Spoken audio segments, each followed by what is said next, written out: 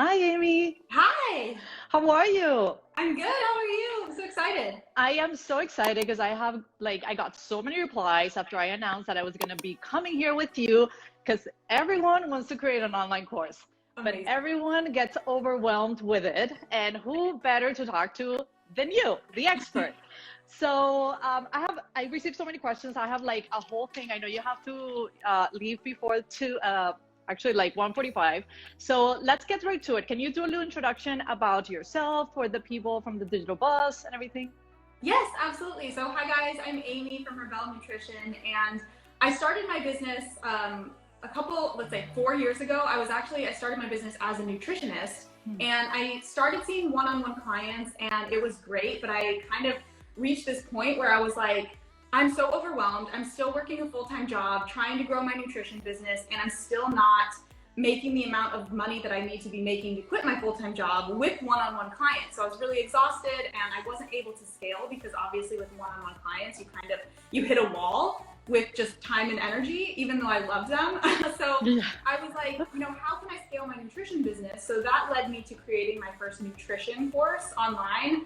And the short story is I launched it and I was able to make more from that first launch than in like 2 months at my serving job. So I was like, okay, this is my chance. I'm just going to go all in on courses and see where it takes me. And from there, after launching that nutrition course a couple of times, then I had all these other people coming to me and being like, oh my God, how did you do that? Like, can you teach me? So that's when I kind of transitioned to more of like the online business, specifically online course side of things. That's why my name's Rebelle Nutrition. That's probably like the main question that I get, like, why is your name Rebelle Nutrition if you teach courses? But Yeah, why rebrand at this point? And what's wrong with nutrition too, right? Like yeah, mix them both. part of But my it story. So exactly. I think that's amazing that and this is what everyone is talking about now. You can't trade dollars for hours for the rest of your life. You're always going to have that ceiling.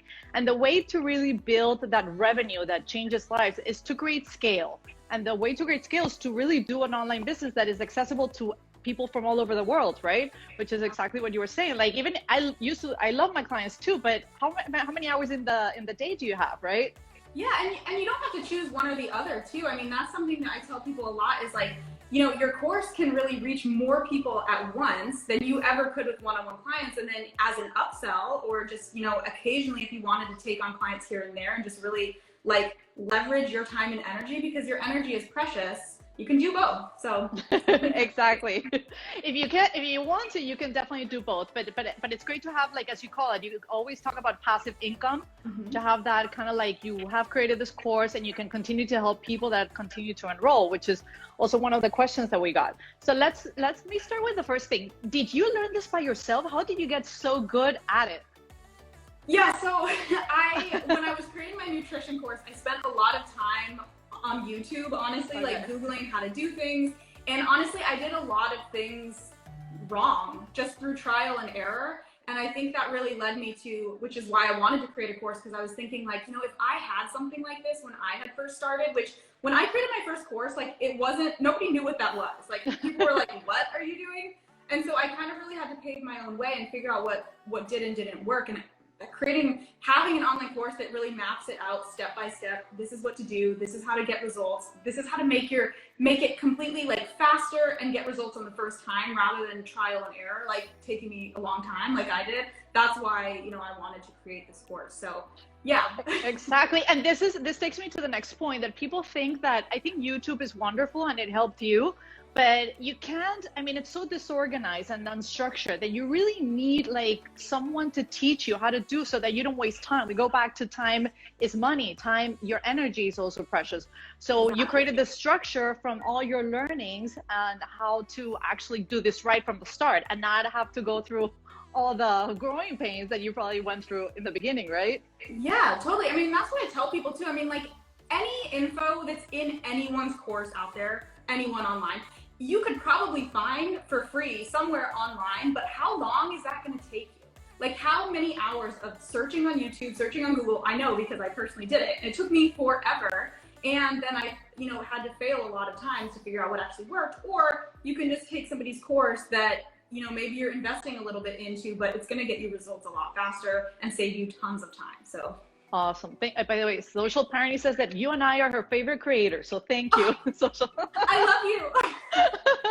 We love you. We love you right back. Okay. So how long does it usually, I know there's there's a lot of variables when you create a course, but for people that are at home that have never done this, do they need to retire from their job for a year to create a course? Can they do this as a side hustle? In general, how long does it take? Because I have heard people say, oh, it's 2 weeks. I have created courses. I don't think 2 weeks is enough to create a course, but I don't know. I want to hear from you. What's your experience? How long should people consider?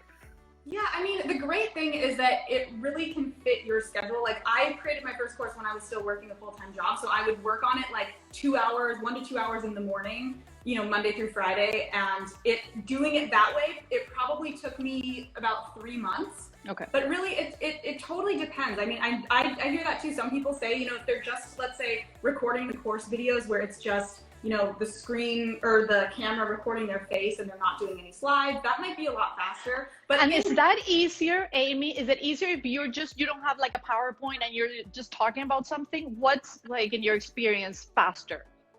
Well, it's definitely faster to just talk to the camera, but I would say for me personally, and what I usually teach to most of my students is that, having slides or a PowerPoint is just a lot easier if you're not if you're not somebody who's used to being on camera. Mm-hmm. So I think, it really just depends on the person. And I mean, to answer that question simply, I think anywhere from 1 to 3 months is usually the average time span I see it taking somebody. And again, it depends if you're working a full-time job or if you're going all in on this, how big of an audience you already have, or if you need to grow that. So there's a lot of factors, but you definitely it shouldn't take you longer than 6 months, no matter what your schedule is. If it does, you're probably just overthinking things. Right.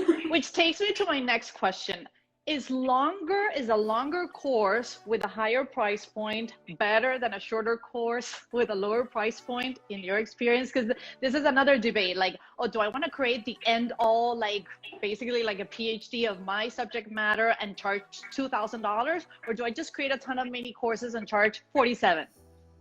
So this is the way that I look at it, because I don't necessarily think that the length of the course is equivalent to the price point. I think what you want to think about is what is the end result that you're helping somebody achieve? And then what is the quickest, most streamlined way that you can get people to that result? I personally don't want to spend, the next 3 months watching somebody else's course. I want to know, give me the Cliff Notes version so that I can get to my end result that I'm paying you for. That's why we pay for a course, right? Yeah. So I don't think that it's totally up to the person. And again, that's such a great thing about courses. It's so customizable, but as long as you're getting somebody to their end result, I think you don't want to tell everybody everything you've ever learned because they don't care. They just want to get I think that is such a good point, Amie, that people sometimes feel that they have to basically download their brain in the course. Mm-hmm. And it is very overwhelming when you see a course that is it's 17 weeks long, or I don't know, 6 months.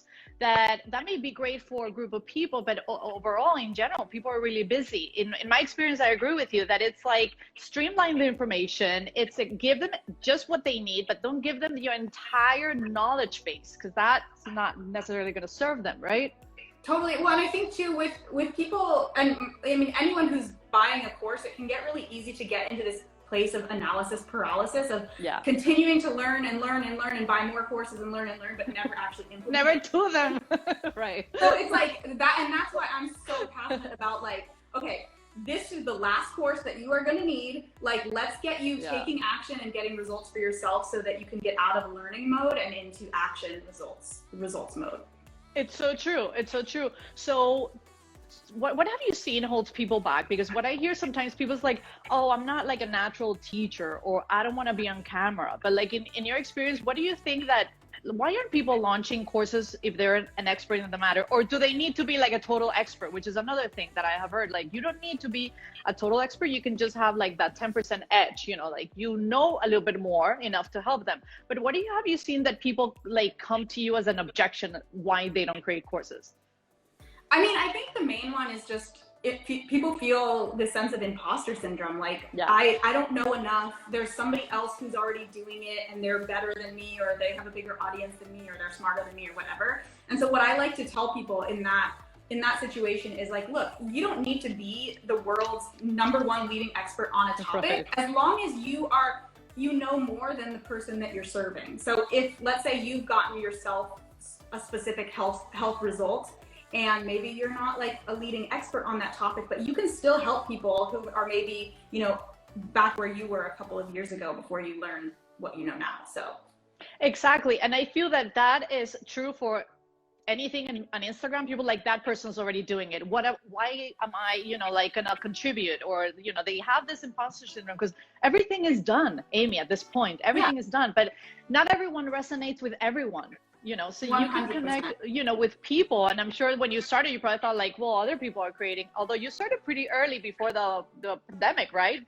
Doing online courses. Yeah, so you were ahead of the game. It was a couple years before. So I was very like on the fringe, but even then I thought the same thing. I mean, because when I started, you know, like Amie Porterfield was still around. She's huge. Tony Robbins. I mean, there was tons of people who are already, you know, teaching stuff like that. And I easily could have talked myself out of it. But then exactly what you said, like, there are going to be people that resonate with you and the way that you teach and your personality over somebody else for whatever reason. And that's why, I mean, we are all really, it sounds so cheesy, but we're all really special in that way. And we all have something to offer. But it's true. It's true. And when I think of like your style and Amie Porterfield, which of course everyone knows, I mean, you guys couldn't be more different, and you guys are amazing at what you do, but everyone is going to connect at a different level. So I feel that that shouldn't be a deterrent for someone, you know, like, what am I going to contribute? Somebody else is doing it. You don't know. Other people may be repelled by that person, even if they have a following, but there's opportunity for everyone.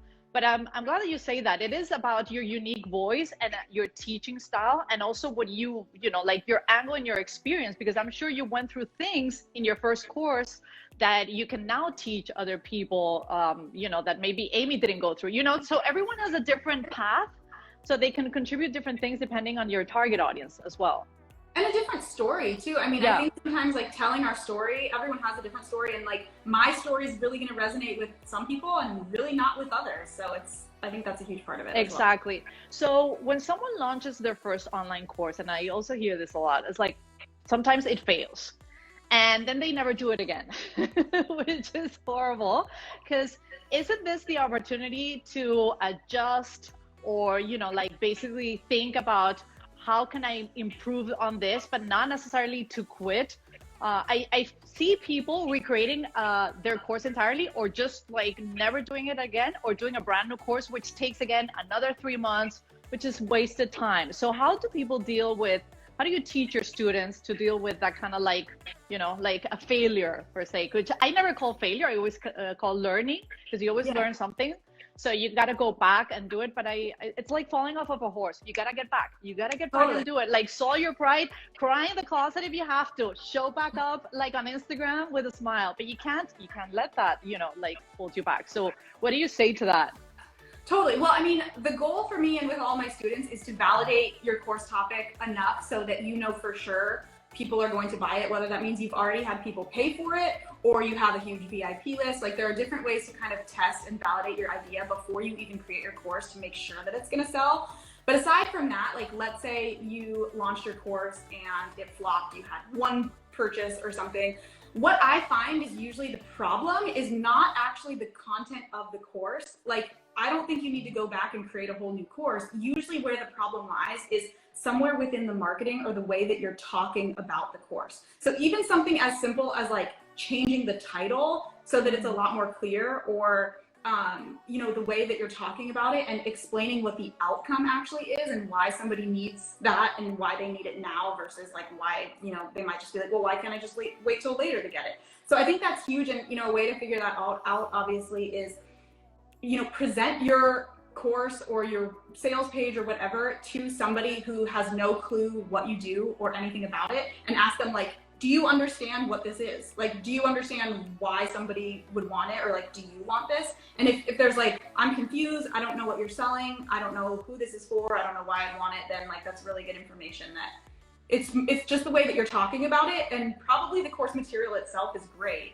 So yeah, don't, you know, spend another 3 months trying to recreate the whole thing. It's so true. It's so true, because people think that, and you know this because you've been doing this for a while, that I have a great product, that's it, my work is done. No. can you sell this product now? Mm-hmm. Can you market it? It's not about having a great product. Unfortunately, like the number one skill that I always tell people, like you got to learn how to sell. Mm-hmm. Otherwise it's not going to sell itself. So I think the marketing part is really important, and to focus on that. And I also think that what you said, is your course title clear? Is it understandable what the course is about? I feel sometimes people get so excited about the branding of a course and like putting all the bells and whistles that people don't even know what the course is about. Yeah, right? Or we get into like, we know what it's about. So it's like, right. We just assume that everyone else does. I mean, something I see a lot is just really vague topics, kind of like, you know, teaching moms to live their best life. And it's like, okay, I'm sure that the content in it is great, but we really, I mean, that doesn't tell me anything about, you know, what you're teaching me. It could be so many different things. So getting really the very generic bio description, teaching entrepreneurs to live their best life. Like, what does that mean? It could be different to every single person. So it's like exactly. Really specific. Yeah. Exactly. I think that's super important. Sometimes I will land on a course page and I'm still not, I don't have the clarity of what it's about. And you know, having that understanding of your target audience's pain points is so important. So do you recommend maybe doing like you said, like beta testing beforehand with a small group of people so that they give you like honest feedback and then you launch out to the public? Is that like a good strategy? I think, yeah, I mean, I definitely think it can be, and I've had some students do that.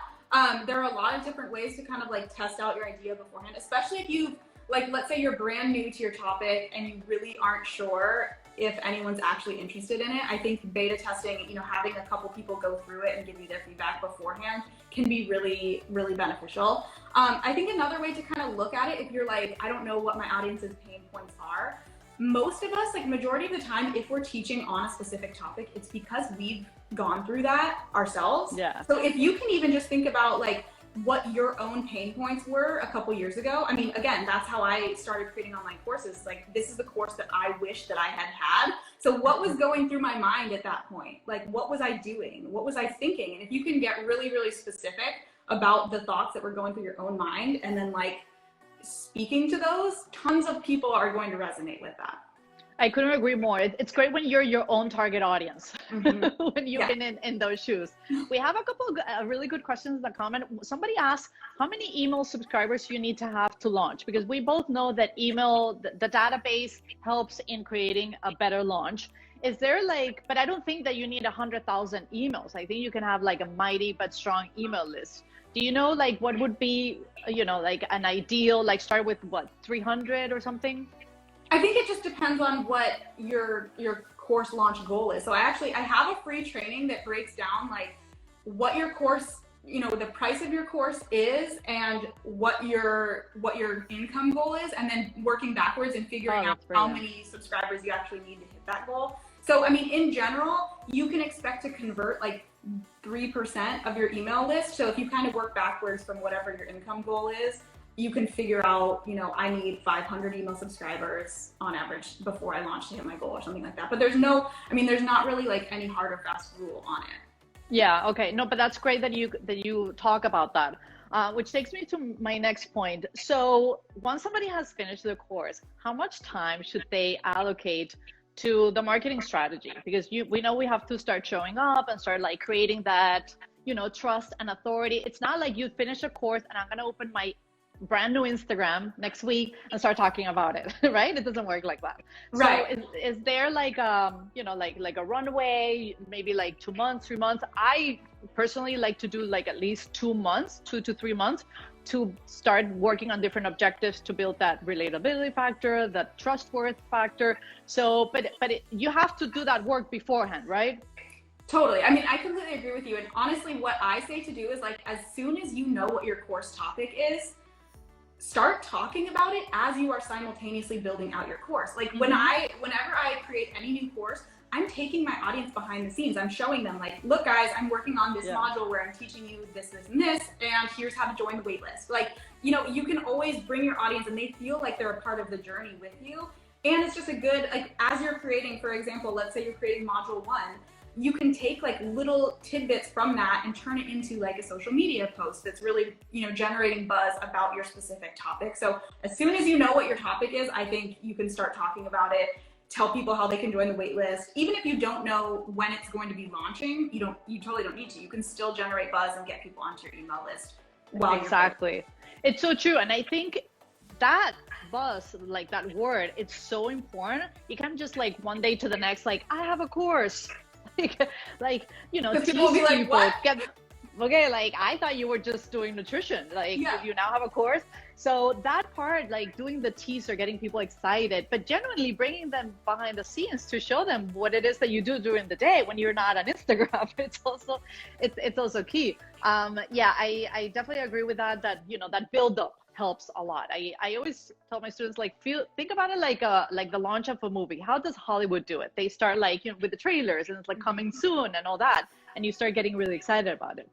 Somebody else was asking if they can launch their course when it's 85% completed. Taking a quick break from this video to tell you guys how I've been making 6 figures a month since the beginning of this year online. And I know that sounds crazy. I simply turned my passion for wellness into an online course that sells passively and helps hundreds of women every single day. In my free masterclass, I'll be sharing how you can turn your passion into a passive online course business and my step-by-step method for getting started with your own online course, even if you're like, WTF, would I even teach?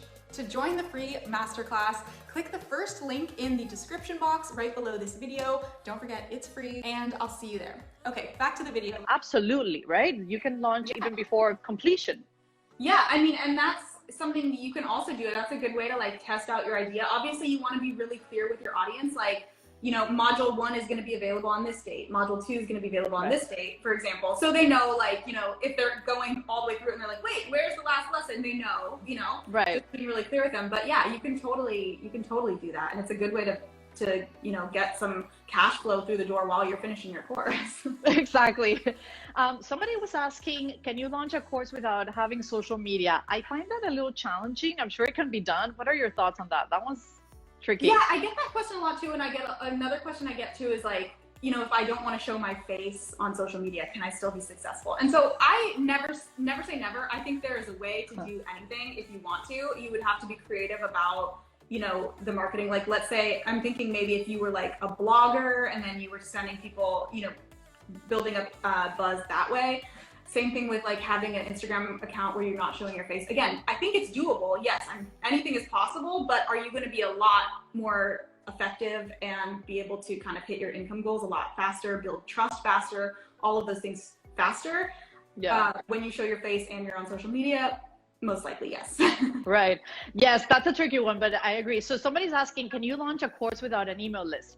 So I'll talk about my experience. I launched my first probably like 7 courses without an email list, but I ran Facebook ads. So just know that you have to compensate. You have to have presence somewhere. You cannot just be, you know, like without just organically. I think you can do it, but it's just going to be a little harder. But I'm sure you can, right? You probably have students that start with no email.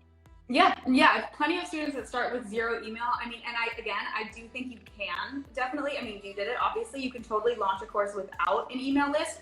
But I will say that in terms of like what I do now is all of my courses are selling passively. So if your goal is to eventually sell your courses on an evergreen funnel or, you know, passively so that you're making money every day, an email list is really important because you can automate all of that. You can automate like the follow-up sales emails that are going out, things like that, which, you know, unless you're planning to get on Instagram every single day and like have people be swiping up, which you would also need to swipe up for, or like sending people to the link in your bio, you're not going to be able to generate the same amount of passive sales with your course. But again, it's totally personal preference. I personally think that having social media and an email list is just going to explode your sales that much more.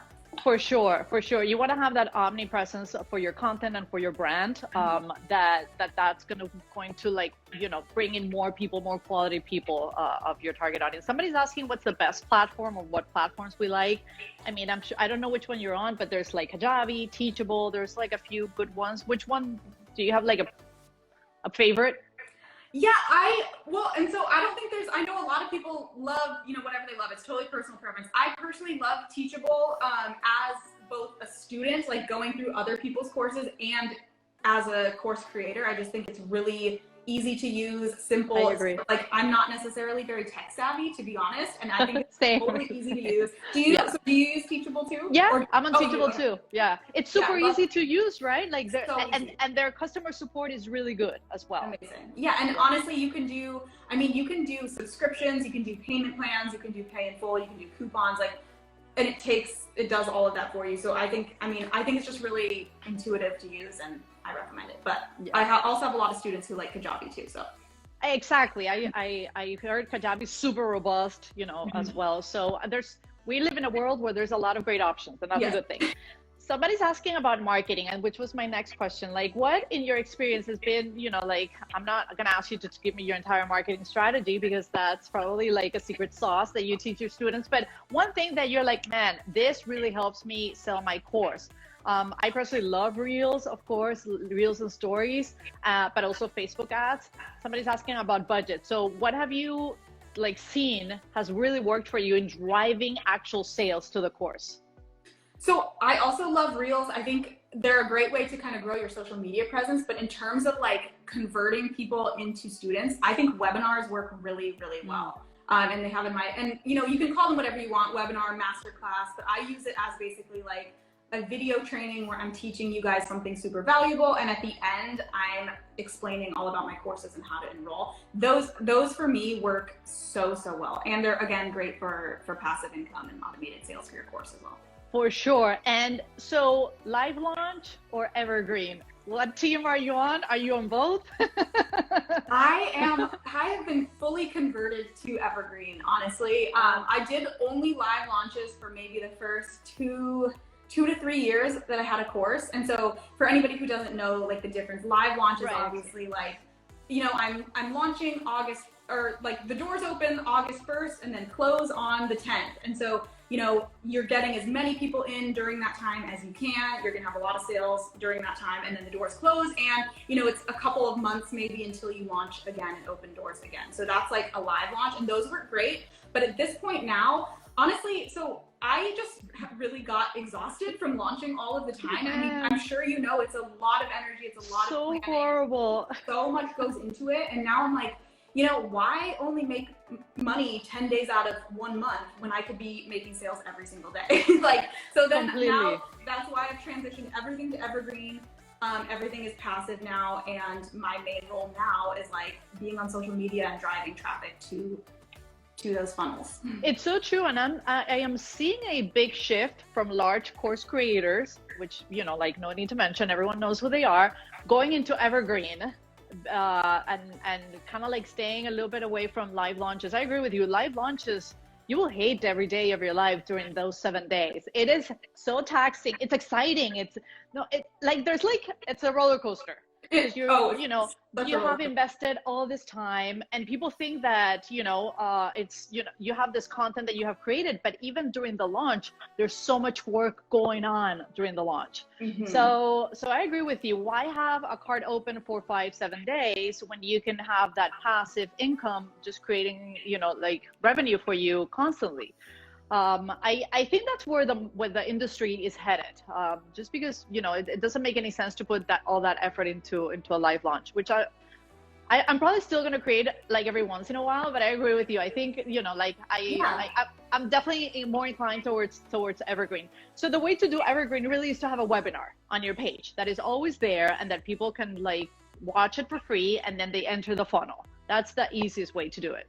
Totally, yeah, and I guess the clarification there, because I've had some people ask me too, like, so, you know, when you're evergreen, does that mean that your course is just available for purchase all the time on your site at the same price? And I was like, no, is that, or your masterclass or free training, they're entering your funnel, and they're getting a specific time-sensitive promo or coupon so that they want to purchase then, rather than just knowing that like your course is always available for $500 if you just go to the link. Because then, you know, when people know that something's always available at the same price, it doesn't really give them a reason to get off the fence. So it's so true. It's so true. You need to, that has to be part of your funnel strategy. You need to have, like, you know, a limited time offer, whether it's price, whether it's a bonus, whether it's a coaching session, but it needs to be limited time to get people to take action. Otherwise, people won't. They just won't. This is how psychology works, right? Totally. Yeah, no, it's so true. So now you're fully evergreen, Amie, right? Yes. Which people can, like just go in and access your course. So tell us a little bit about your course, because your course looks and sounds amazing. So Thank you. Well, and I would say too, like if anyone's curious about like what the whole evergreen or passive income process looks like, if you go to the first link in my bio, it will take you through my whole funnel. So even whether you decide to buy my course or not, you can at least see what that process looks like. I have a masterclass that's all about creating passive income with your own online course. And then at the end of that, so I'm teaching a lot about obviously those topics, but then at the end, my course is Online Course Academy. And then I also have a passive income academy. So Online Course Academy teaches how to create and live launch your own online course and build an audience. And then Passive Income Academy is all about selling your course on Evergreen. That's brilliant. So people can use both, depending on where they are. And some people really want to stay on the live path, which I think that's great too. I mean, there is excitement behind it. So it's so personal, right? And it also depends. Some people are doing courses as a side hustle while they have like a 9-to-5. So then maybe a live launch is not as feasible, but then other people are fully entrepreneurs and then they can invest this time, like showing up every day doing like open card. What is the biggest mistake that you see when people launch courses? You're like, man, I wish like I could tell this person, like, don't do this.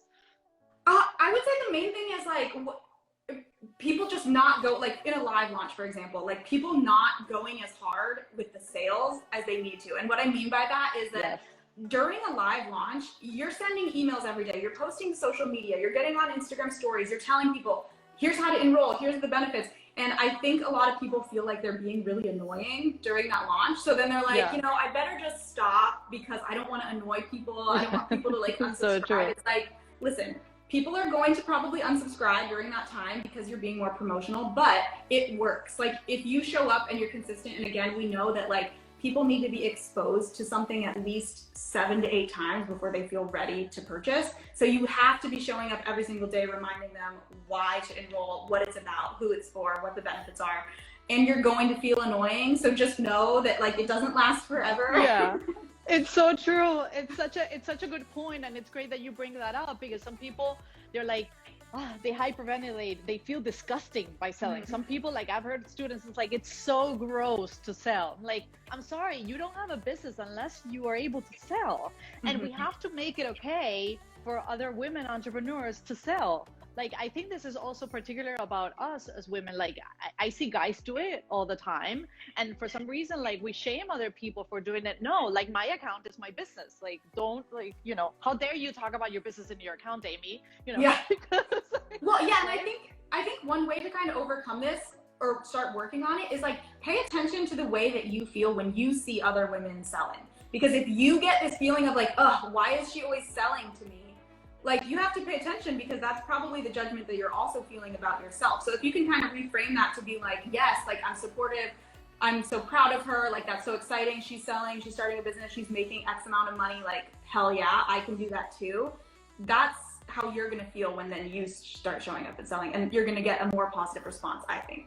So it's so true. And you have to get used to, like, the way I like to structure marketing for my lives. Like, of course, I have different like digital channels, but the one on social media where you have to show up so much is that you have to talk about the same thing in a different way every day. Right? Yeah. So you can't show up and say the same thing on stories. You have to maybe do polls, or maybe like do a different angle, touch on different pain points on different days. So you got to structure that. Like, don't go in on a launch just completely improvising everything, because you're going to feel very overwhelmed. But you have to talk about the same thing over and over in different ways. In different ways. Yeah, totally. And I mean, a lot of that I think can be talking about, like, I love to use stories, whether that's my own personal story that people can really connect to, or like the story of a student that I've had, or, a client that I've had, and because people like to see what's possible for them. Yeah, completely. What mistake do you see in marketing, when people market their courses? I'll go first. This sounds like a TikTok. Just because I saw it today, which is selling way too much like lingo, like professional lingo that's not easy to understand, or also talking way too much about features that are completely irrelevant for people. People just want to know, like, what is my life going to look like after I take this course?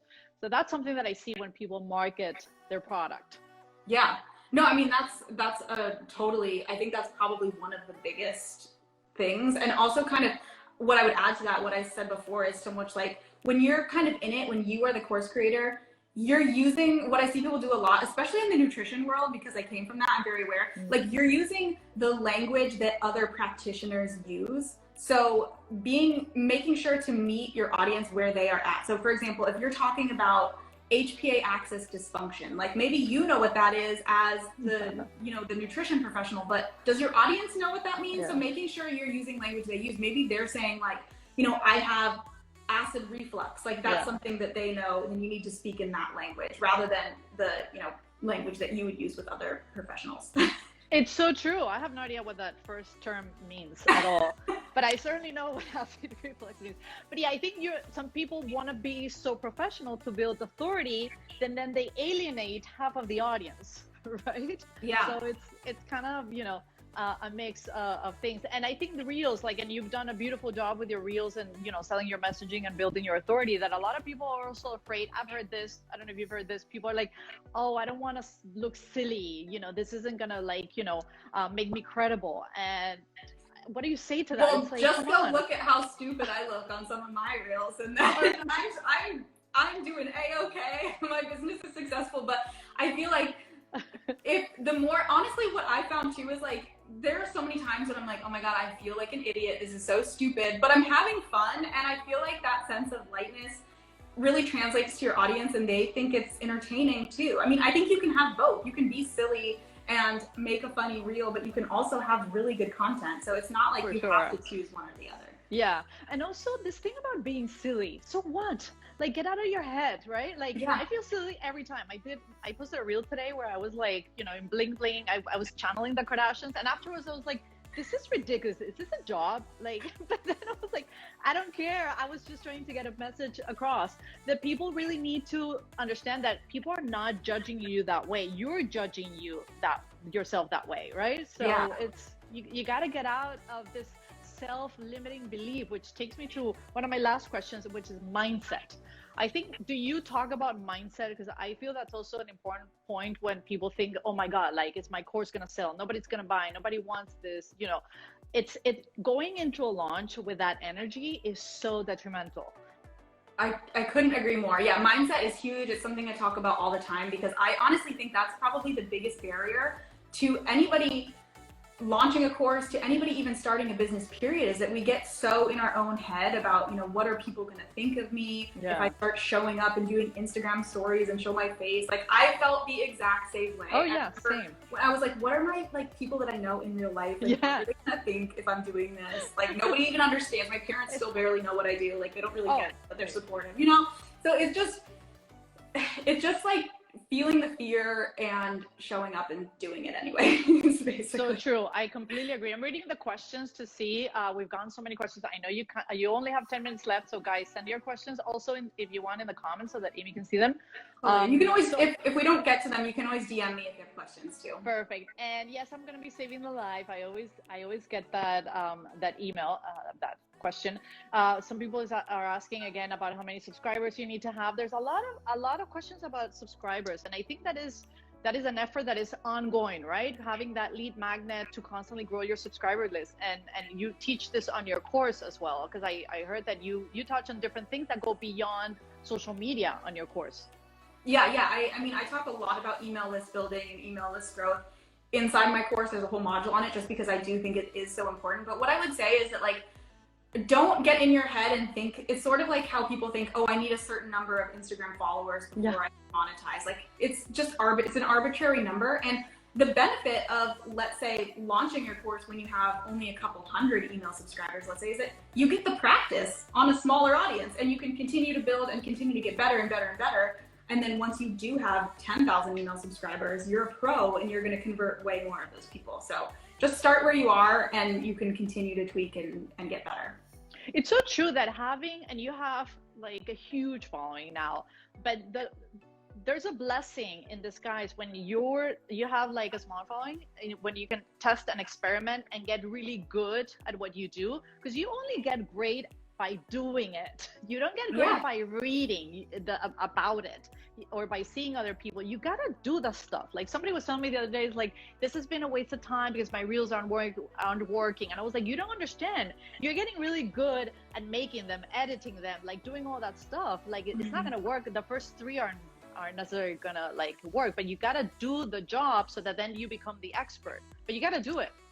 Yeah, and just treat your business like you would if you already had, 10,000 Instagram followers or 10,000 email subscribers. How would you show up if those people were already there? It's not like, because even when that happens, even when you get to that goal, it's not like you just are an expert then. Like you become an expert by doing those things that get you there. So it's so true. And then someone's asking, how often should you promote your lead magnet before you have a product? I don't know if you have like a rule for that, but I'll say at least 3 months. Yeah. So how often? So I don't know if she's meaning like how many times per week. Oh, how many times per week? I mean, it depends on if you're doing an organic strategy or a paid strategy. It depends. I like to have like an evergreen, like paid strategy for that. And those ads tend to be really cheap because they're retargeting ads. So that's kind of like how I do it. I don't know. How do you do it? I mean, so she's saying before you have a product, but I would say, so how many times per week? I would promote it like we were talking about before, like all the time, just talk about it in a different way. That's what I do. I mean, I literally promote my webinar basically is my lead magnet. It's like a video training, you're still learning something. And I talk about that literally every day because, there's different ways to talk about it, different benefits, different people that it's for. So, I mean, I think if you don't actually have your product ready yet, obviously creating that should be the main focus. And then maybe you can do your lead magnet a couple times a week. Yeah. But like get that product out so you can start monetizing and then promote the lead magnet all the time. Exactly. And if you don't have time just yet to create a webinar, I would say create something else in the meantime as you're creating that webinar as a lead magnet. Like don't let that hold you back. Maybe create like an amazing PDF full of tips that like, strategies. The lead magnet has to be so good that you would pay for it, right? Like it can't just be fluff. It has to be really good. Yeah. And that's a really good point. I mean, you don't have to start with a webinar if you're just getting started. You can make a really good PDF or something that's, quicker and is not going to take you a long amount of time. So you can at least start growing your email list like ASAP. Right. Okay. Last question, which is that we got a few about pricing. How the hell you price your course? I'm sure you talk about this in depth in your course. It's a tough one. I find that pricing, looking at competitors and other things, but how in the world do you go about doing that? Yeah, so definitely like this is a bigger conversation, but I will tell you like the Cliff Notes version of like pricing your course, I think is honestly, I wouldn't really look too much at what competitors are doing because you're just going to get in your own head. But what you should think about is the end result that you are teaching somebody how to do. What is that worth to the person that you are teaching it to? So again, to use like a health example, let's say you're teaching somebody how to overcome a specific health problem that they've probably spent hundreds, if not thousands of dollars seeing other doctors for already. So like keeping that in mind, like if this is the last thing that they are ever going to have to do to get to their results, think about how much money you're saving them. Think about how much time you're saving them. And so that all kind of goes into what the value is for them. So thinking about it kind of that way, rather than just, well, this person sold a course for this much, because you're going to find.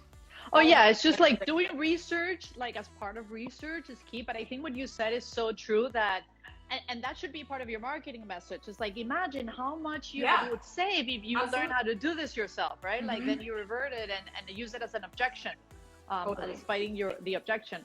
But man, so many gems here. Like Amie, I know you have your course. So can people sign up to online course academy now? Like can they go to your link in bio and sign up?